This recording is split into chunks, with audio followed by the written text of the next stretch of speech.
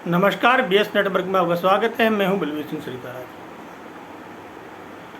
एक राजा था चंद्रगुप्त विक्रमादित्य। राजा चंद्रगुप्त विक्रमादित्य के दरबार में दो महिलाएं आई और झगड़ा इस बात का था कि एक बच्चा था, उस बच्चे पर दोनों महिलाएं अपना अपना अधिकार जमा रही थी। एक कह रही थी मेरा है, एक कह रही थी मेरा था। तो राजा के दरबार में पहुंची तो राजा ने दिमाग लगाया कि इसका फैसला कैसे किया जाए। राजा ने एक फरमान सुनाया और राजा ने एक तलवार मंगाई और राजा ने कहा इस बच्चे के दो टुकड़े कर दिए जाएं और एक टुकड़ा इस माँ को दे दिया जाए और एक टुकड़ा दूसरी माँ को दे दिया जाए। जैसे ये फरमान राजा ने सुनाया तो बच्चे की जो असली माँ थी उसने कहा नहीं राजा साहब, ये बच्चा इसी माँ को दे दिया जाए, इसी औरत को दे दिया जाए, ताकि मेरा बच्चा कम से कम जिंदा तो रहेगा, मरेगा तो नहीं। राजा तुरंत समझ गए कि असली माँ कौन सी। राजा ने उस नकली माँ से बच्चा छीना और उसकी असली माँ को वो बच्चा दे दिया। 2 मिनट के अंदर राजा ने ये फैसला कर दिया। हम इसी प्रकार की कानून व्यवस्था हमारे देश में चाहते हैं। हमारे देश में भी ऐसी ही कानून व्यवस्था हो, हम ऐसा ये चाहते हैं।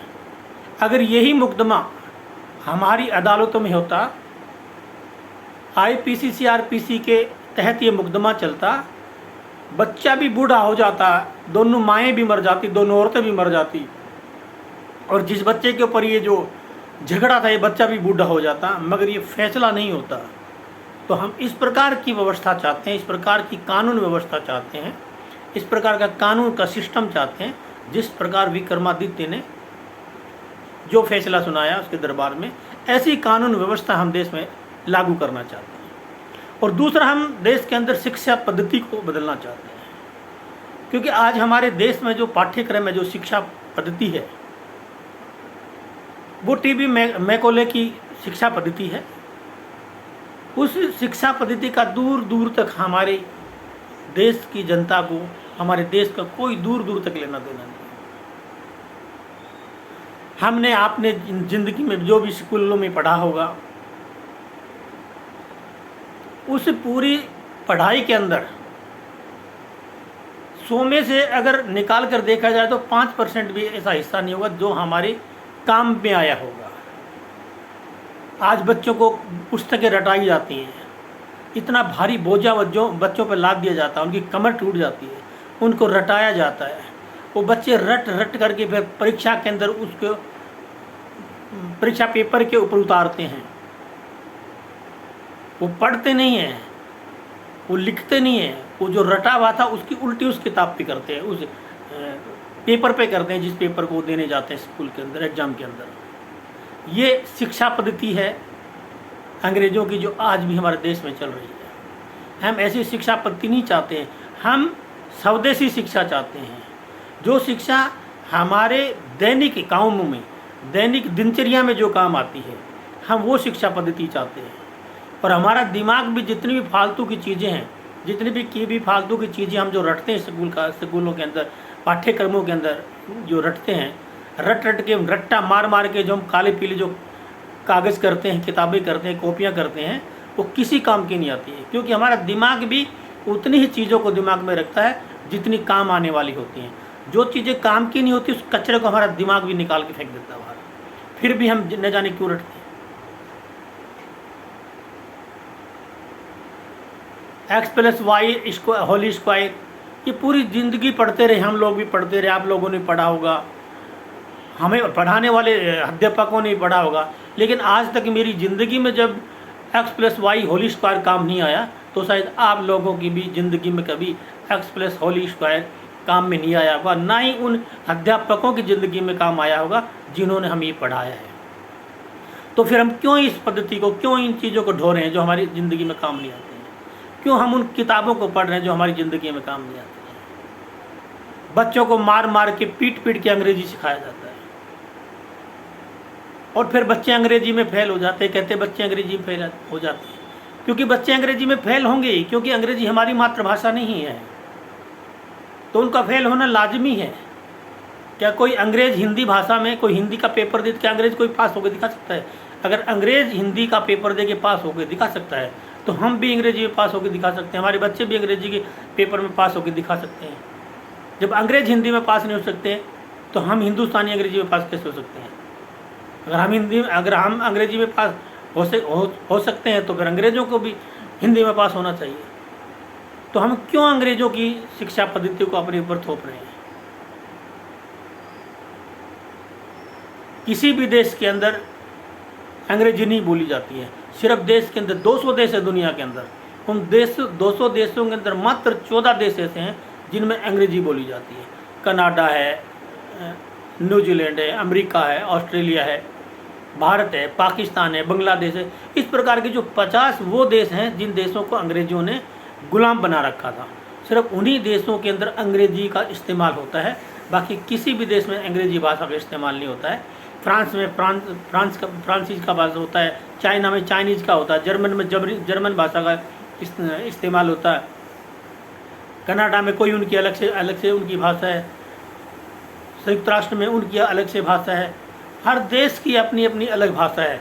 हालांकि यूनियन नेशन के अंदर भी इंग्लिश भाषा का इस्तेमाल नहीं किया जाता है, यूनियन नेशन के अंदर भी फ्रेंच भाषा का इस्तेमाल किया जाता है, क्योंकि फ्रेंच भाषा से उनसे अगर आप पता करोगे, यूनियन संघ वाले कहते हैं कि हम फ्रेंच भाषा का इसलिए इस्तेमाल करते हैं क्योंकि इंग्लिश जो है ये गरद्दी भाषा है जो किसी काम की नहीं है।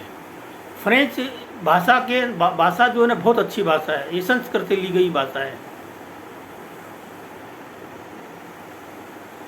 तो इसलिए जो भाषा हमारे काम की नहीं है, किसी कर्म की नहीं है, तो उस भाषा को हम क्यों इस्तेमाल करते हैं? अंग्रेज आए, अंग्रेज़ों ने हमें अपनी भाषा दे दी, आज हमारी भाषा भी विदेशी हो गई है। उन्होंने अपना खाना पीना हमें सिखा दिया, हमारा खान पीन भी, हमारा भोजन भी विदेशी हो गया है, हमारी वेशभूषा भी विदेशी हो गई है। तो जबकि आज़ादी के बाद में स्वदेशी होनी चाहिए थी हमारी भाषा, हमारी भूषा, हमारा भोजन, हमारा भजन, लेकिन आज भी आज़ादी के बाद भी ना तो हमारा भोजन बदला, ना हमारी भाषा बदली, ना हमारा वेश बदला, ना हमारा भजन बदला, सब के सब अंग्रेजी हैं। अंग्रेजी इतनी घटिया भाषा है, अंग्रेजी के अंदर शब्दों की बहुत कमी है, अंग्रेजी के अंदर कोई शब्द नहीं है। अंग्रेजी के अंदर एक शब्द है मून। पूरे अंग्रेजों से मैं वार्निंग करता हूँ, चैलेंज करता हूँ कि मून का कोई दूसरा शब्द बता दें अंग्रेज। और हमारी संस्कृत में हम के अंदर मून के 36 शब्द हैं और अंग्रेजी में एक ही शब्द है मून। एक शब्द है एस1 सन, सूरज। सूरज का अंग्रेजी भाषा के अंदर दूसरा कोई पर्यायवाची शब्द नहीं है, लेकिन हमारी भाषा के अंदर मून के 84 शब्द हैं। दिनकर, भास्कर, सूर्य, बहुत सारे 84 शब्द हैं हमारे सूर्य के संस्कृत भाषा के अंदर, हिंदी भाषा के अंदर। मगर अंग्रेजी में एक ही शब्द है मून, सन, एस1 सन। सन के अलावा कोई दूसरा शब्द नहीं है सूर्य का, और मून के अलावा कोई शब्द नहीं है अंग्रेजी के अंदर चंद्रमा का, मून का। एक शब्द है आंटी, अंकल, चाहे वो मामा हो, फूफा हो, चाचा हो, कोई भी हो, ताऊ का ताऊ, फूफा का फूफा हो, नाना का नाना हो, चाचा का मौसा का मौसा हो, सब के सब अंकल। मौसी हो, चाची हो, कोई भी हो, सब की सब आंटी हैं। इतनी कंगाल भाषा है अंग्रेजी जिसकी कोई हद नहीं है। और ये किसी और 14 देशों को छोड़ के किसी भी देश में इस भाषा का, इंग्लिश भाषा का, अंग्रेजी भाषा का इस्तेमाल नहीं होता है। बस वही देश अंग्रेजी भाषा का इस्तेमाल कर रहे हैं जो अंग्रेज़ों के गुलाम हुआ करते थे। इसके अलावा कोई भी देश अंग्रेजी भाषा का इस्तेमाल नहीं करता है। हमारी हाई कोर्ट में भी अंग्रेजी भाषा का इस्तेमाल होता है, हमारे सुप्रीम कोर्ट में भी अंग्रेजी भाषा का इस्तेमाल होता है। जब वादी हिंदी भाषा समझता है, प्रतिवादी हिंदी भाषा समझता है, तो कोर्टों के अंदर, हाई कोर्ट या सुप्रीम कोर्ट को, उसके अंदर भी जज हिंदी बोलने वाले क्यों नहीं है? वहाँ भी जज हिंदी बोलने वाले होने चाहिए। अगर हिंदी बोलना नहीं जानते तो उनको क्यों बैठा के रखा? उनको हटा दो, हिंदी बोलने वाले जज उनको बैठा दो हाई कोर्ट में या सुप्रीम कोर्ट के अंदर। हमारे टैक्स के पैसे से वो तनख्वाह लेते हैं और हमारी टैक्स के पैसे से तनख्वाह लेकर वो हाई कोर्ट या सुप्रीम कोर्ट के जज बन करके बैठे हैं, और फिर हम हिंदी भाषी लोगों का फैसला वो अंग्रेजी भाषा में सुनाते हैं।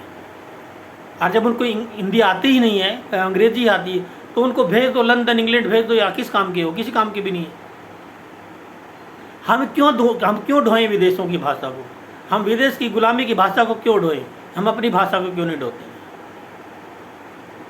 इतने मूर्ख हैं माँ बाप, बच्चों को सिखाते हैं कहीं कि पोइम बोलो, बच्चा पोइम याद करो।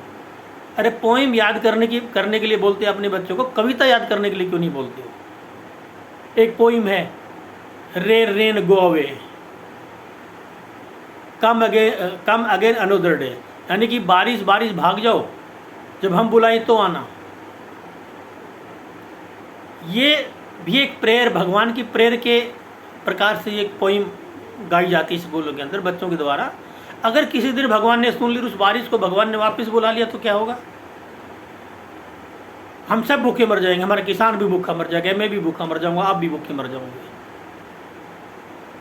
ये इंग्लैंड में बच्चे बोलते हैं, अंग्रेज इंग्लैंड में बच्चे बोलते हैं, क्योंकि वहाँ बारिश बहुत होती है तो बच्चे खेल नहीं पाते हैं इंग्लैंड में। तो वहाँ बारिश का कोई पता नहीं होता है कब बारिश आ जाए, हर 10 मिनट में बारिश आ जाती है, हर 20 मिनट में बारिश आ जाती है। तो वहाँ के बच्चों ने ये पोइम, वहाँ के बच्चे ये पोइम गाते हैं, रेन रेन गो अवे, कि बारिश बारिश जाओ, हमको खेलना है, हम भीग रहे हैं। तो हम उस इंग्लैंड की बच्चों की पोइम को हम अपने बच्चों को क्यों सिखा रहे हैं? कितने मूर्ख हैं हम लोग। हर चीज़ हमने अंग्रेज़ों की पकड़ रखी है, हर चीज़ को हम अंग्रेज़ों की 75 साल हो गया देश को आज़ाद हुए, आज भी हम अंग्रेज़ों की पूँछ पकड़ के चल रहे हैं। अरे भैया क्यों नहीं छोड़ते हम अंग्रेज़ों की इस पूँछ को?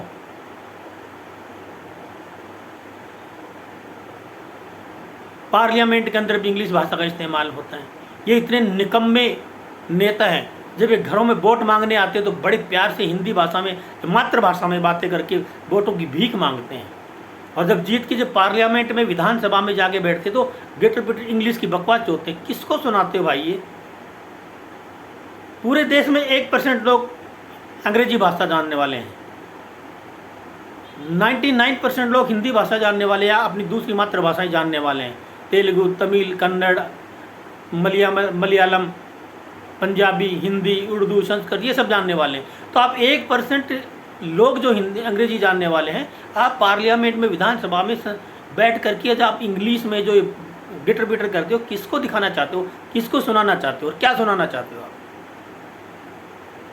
कितने बड़े मूर्ख हो। अटल बिहारी वाजपेयी ने एक बार कहा था कि यूनियन नेशन के अंदर हिंदी बोलना आसान है, लेकिन हमारे देश की पार्लियामेंट में हिंदी बोलना बहुत मुश्किल है। यहाँ हमको मजबूरन इंग्लिश बोलनी पड़ती है, अंग्रेजी बोलनी पड़ती है।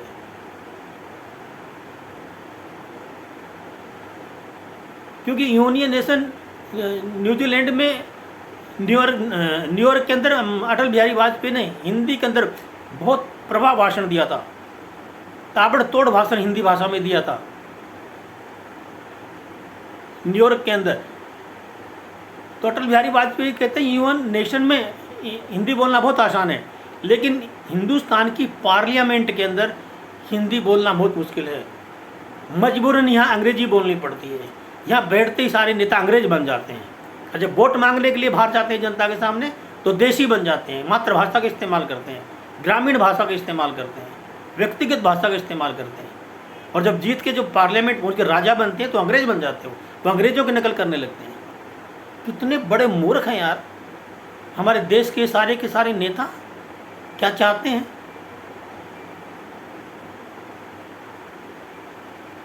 इंग्लैंड और यूरोप के अंदर 3 W ऐसे हैं जो हिंदुस्तान से बहुत विपरीत हैं। वेदर, वहाँ का मौसम एक जैसा नहीं होता है, कब बदल जाता है, पल में बदल जाता, पल में बारिश हो जाती, पल में धूप आ जाती, पल में कुछ हो जाता है। दूसरा W है वाइफ, वहाँ पे एक आदमी के 20-20 पत्नियाँ हैं, एक पत्नी के 20-20 पति हैं।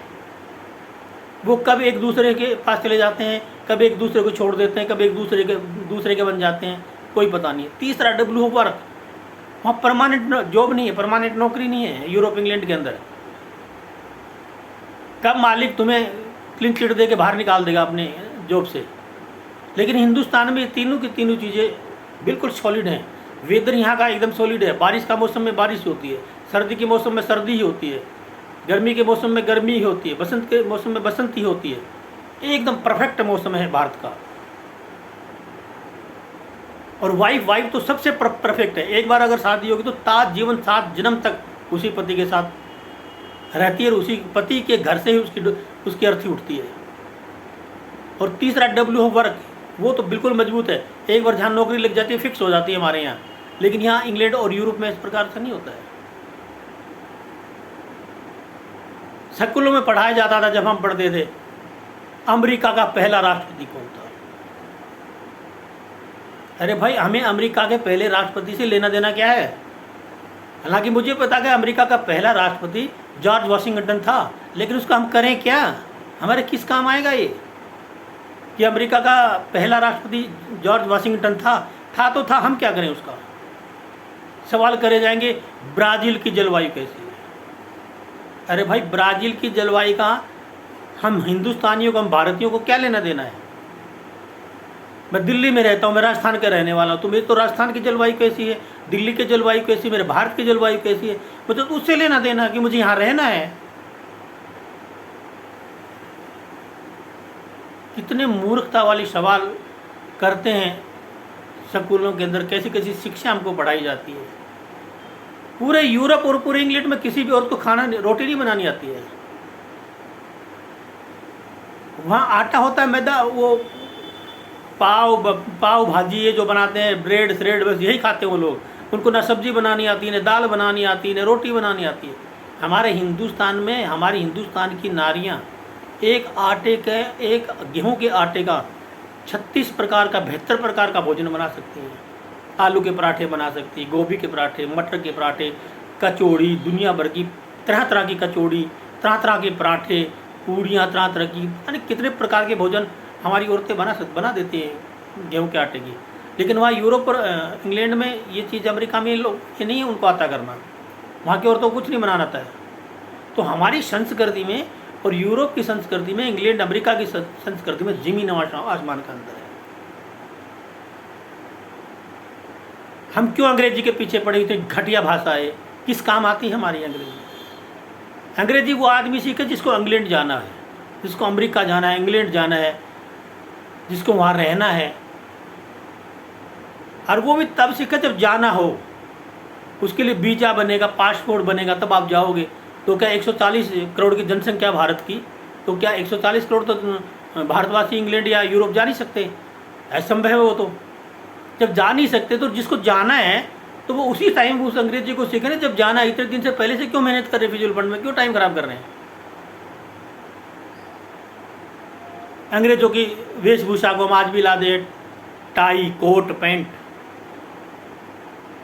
क्यों भैया, हम क्यों अपने वेशभूषा कौन सी खराब है। हमारी वेशभूषा है धोती कुर्ता, कितनी अच्छी है। हमारी औरतें साड़ियाँ पहनती हैं, सूट पहनती हैं, हमारे पुरुष धोती कुर्ता पहनते हैं, पजामा कुर्ता पहनते हैं। एक हमारी संस्कृति का अलग ही परिधान है, अलग ही वेशभूषा है। लेकिन फिर भी हम अंग्रेजों की वेशभूषा को आज भी लादे घूम रहे हैं, उन्हीं को पहन के घूम रहे हैं। आज भी इतने मूर्ख लोग हैं ब्याह शादियों के अंदर, चाहे मई जून का महीना हो, दूल्हा घोड़ी पर चढ़ा थ्री पीस पहन के बैठा हुआ है, गर्मी के अंदर कस करके, कोट पैंट, अंदर कोट पना, थ्री पीस पहन के बैठा हुआ है।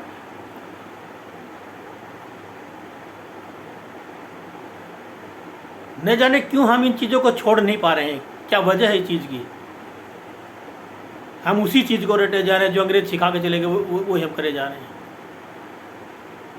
ये हमको छोड़ना पड़ेगा। हमारे देश के रीति रिवाज, हमारे देश के संस्कार, हमारे देश की भाषा, हमारे देश की भूषा, हमारे देश का भोजन, हमारे देश का भजन दुनिया में सबसे उत्तम है। और हमें इन्हीं चीज़ों को इस्तेमाल करना चाहिए। हमें भारतीय हैं, हमें भारतीय ही भाषा के अंदर हमें को जीवन शैली जीना चाहिए। भारतीय परिधान पहन करके हमको जीना चाहिए। भारतीय भोजन खा करके हमको जिंदा रहना चाहिए। भारतीय ही शिक्षा पद्धति को शिक्षा लेकर के हमको भारतीय शिक्षा के आधार पर ही हमें शिक्षा लेनी चाहिए, क्योंकि हमें वो शिक्षा की ज़रूरत है जो हमें डेली दिनचर्या में काम आती है। डिग्री लेना कोई सफलता का एक लाइसेंस नहीं है, कोई गारंटी नहीं है। धीरू भाई अंबानी 9वीं पास थे, 4.5 लाख करोड़ का एक साम्राज्य खड़ा करके गए थे धीरू भाई अंबानी जब मरे थे उस टाइम। जमशेदजी वो बिड़ला जी 4थी क्लास पास थे। लेकिन वो वहाँ से पिलानी से एक लोटा लेके कलकत्ता गई तो इतनी बड़ी इंडस्ट्री, इतना बड़ा साम्राज्य खड़ा कर दिया, इतना बड़ा बिरला जी ने। तो घनश्याम बिरला जी मात्र 4th क्लास पास थे और उन्होंने इतना बड़ा साम्राज्य खड़ा कर दिया। तो पढ़ाई लिखाई, ये डिग्री लेना, ये इंग्लिश बोलना, ये कुछ सफलता का मंत्र नहीं है, ये सफलता की गारंटी नहीं है। न्यूटन तो ज़्यादा पढ़ा लिखा नहीं था, न्यूटन तो कभी पास ही नहीं हुआ, उसको 30% से ज़्यादा नंबर ही नहीं आए कभी, उसको स्कूल से निकाल दिया गया था न्यूटन को। लेकिन एक दिन न्यूटन ने पेड़ से गिरते हुए सेब को देख लिया और उसने वहीं से गुरुत्वाकर्षण का सिद्धांत पूरे विश्व को दे दिया। आज न्यूटन के सिद्धांत पे PhD कर रहे हैं देश के लोग, दुनिया के लोग। आइंस्टाइन पढ़ा लिखा नहीं था, 9वीं से आगे पढ़ा ही नहीं, स्कूल से निकाल दिया था, उसका दिमाग काम नहीं करता था, क्योंकि उसका दिमाग तो कोई और काम करता था। उसने इक्वलिटी का सिद्धांत पूरी दुनिया को दे के चला गया वो। तो डिग्रियां हासिल करना, किताबें पढ़ना, रट्टे लगाना, ये सफलता की गारंटी नहीं है। इनका निजी जीवन से कोई लेना देना नहीं है। आज जितने भी देश के अंदर, दुनिया के अंदर जितने भी अमीर लोग हुए हैं, वो सारे के सारे 10वीं फेल, 9वीं फेल, 4थी फेल, 5वीं फेल वो लोग हैं, क्योंकि उनका डिग्रियों से कोई लेना देना नहीं। तो इसलिए पढ़ाई का मकसद, पढ़ाई का मतलब डिग्रियों से नहीं होना चाहिए, ज्ञान से होना चाहिए। परीक्षा का मतलब पढ़ाई से नहीं होना चाहिए, सीखने से होना चाहिए।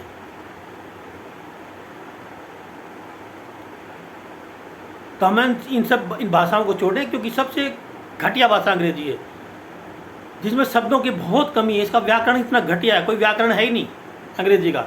हमारे संस्कृत का और हिंदी का बहुत अच्छा व्याकरण है पूरे विश्व के अंदर। तो हमें अपने देश की भाषा में, अपने देश की भूषा में, अपने देश के भोजन में, अपने देश के भजन में ही जीना चाहिए, क्योंकि हमारे देश की संस्कृति, हमारे देश की भाषा, भूषा, ये सब पूरी दुनिया से, पूरे वर्ल्ड से उत्तम है, सबसे अच्छी है। तो हमें अपने ही देश के कल्चर में जीना चाहिए, ना कि इंग्लैंड, यूरोप के कल्चर में जीना चाहिए। और ये पूरी दुनिया को ये दिखाने की ज़रूरत है कि दोबारा से कि हिंदुस्तान की कल्चर, वेशभूषा, भाषा पूरे वर्ल्ड से अलग है। ये पूरी दुनिया को दिखाने की ज़रूरत है। आज के अंक में बस इतना ही, कल फिर मिलेंगे इस और मुद्दे पर। जब तक मेरा वीडियो अच्छा लगे तो शेयर करिए, लाइक करिए, सब्सक्राइब करिए। जय हिंद, जय भारत।